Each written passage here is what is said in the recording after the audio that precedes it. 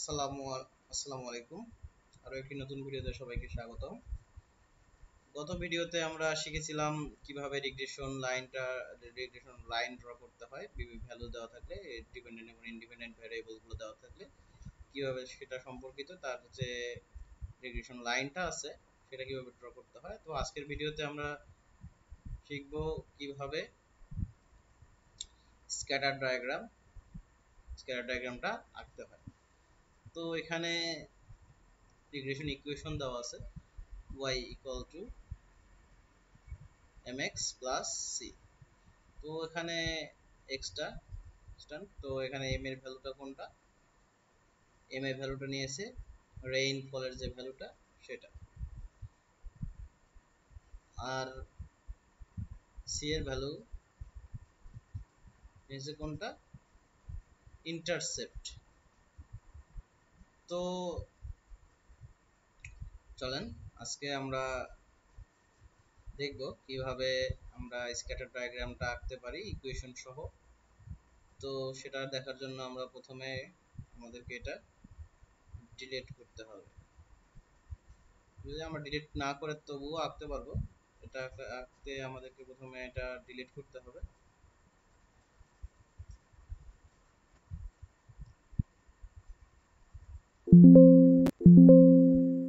Sorry,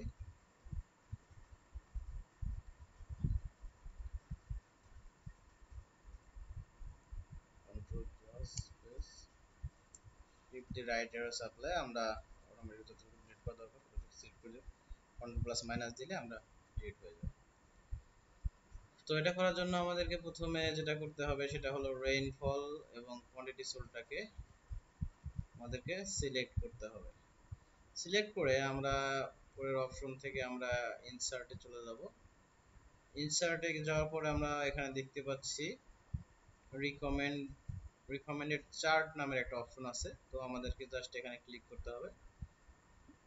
click করলে আমরা যেহেতু স্ক্যাটার ডায়াগ্রামটাই আঁকবো, তো এখানে ফার্স্টে স্ক্যাটার ডায়াগ্রামটা আছে, এখানে আরো অনেক অপশন আছে, চার্ট লাইন, পাই চার্ট, ওরা অনেক ধরনের, এখানে অনেক রকমের আপনি আপনার যেটা প্রয়োজন আপনি সেই ধরনের চার্টটা নিয়ে নেবেন। তো আমরা যেহেতু স্ক্যাটার ডায়াগ্রামটা আঁকবো, এখানে ফার্স্ট স্ক্যাটার ডায়াগ্রামটা আছে, তো আমরা এখান থেকে ওকে সিলেক্ট করে নিব। তারপরে আমাদের কিন্তু এখানে অলরেডি চলে আসছে। এখানে প্রত্যেকটা বিন্দু কিন্তু এক একটা করে ভ্যালু, আপনি যে এখানে মাউসের মাথা ধরলে দেখতে পাবেন দিস কোয়ান্টিটি সোল্ড পয়েন্ট 49 49.491745। তো এইভাবে প্রত্যেকটাই কিন্তু আলাদা আলাদা এক একটা ভ্যালু। তো এখান থেকে আমরা কিভাবে বুঝবো যে আসলে কোন ভ্যারিয়েবলটা কতটা ইয়া থেকে লাইন থেকে কতটুকু সম্ভব, কতটুকু কাছে এবং কতটুকু দূরে। তো এখান থেকে যদি আমরা লাইনটা ড্র করতে চাই, তো আমাদেরকে জাস্ট এখানে ক্লিক করতে হবে। এখান থেকে রাইট বাটনে ক্লিক করে আমরা এখান থেকে চলে যাব অ্যাড ট্রেন্ড লাইন।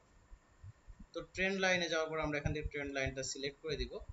দেওয়ার পর আমাদের কিন্তু এভাবে একটা লিনিয়ার, যেহেতু এখানে সিলেক্ট করা আছে, আমাদের লিনিয়ারি লাইনটা তৈরি হয়ে আছে। তো লিনিয়ার লাইনটা তৈরি করলে আমরা কিন্তু স্ক্যাটার ডায়াগ্রামটা পেয়ে যাচ্ছি। তো এখানে আমরা এখানে নিয়ে আসবো আমাদের যে ইকুয়েশনটা, আমরা সেটা কিভাবে আনতে পারি।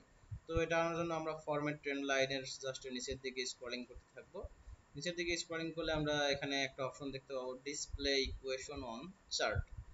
আপনি আপনার ইকুয়েশনটাকে ডিসপ্লেতে নিতে চাচ্ছেন। তো আমরা জাস্ট এখান থেকে এটা সিলেক্ট করে দিলে আমাদের কিন্তু দেখা যাচ্ছে যে এখানে সমীকরণটা চলে আসছে। তো আমি যদি একটু এটা বড় করার চেষ্টা করি, তো আপনারা এটা দেখতে সুবিধা হবে। জাস্ট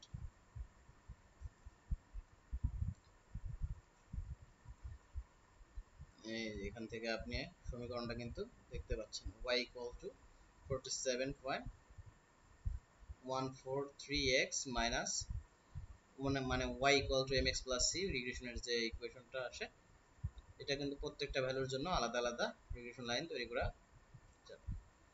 তো এটাই ছিল খুব সহজে আজ এক্সেল শিটে কিভাবে আমরা রিগ্রেশন লাইন থেকে রিগ্রেশন এবং স্ক্যাটার ডায়াগ্রাম কিভাবে ড্র করতে পারি সেটা।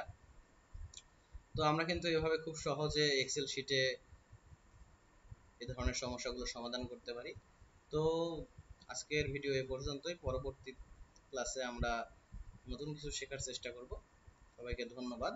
আসসালামু আলাইকুম।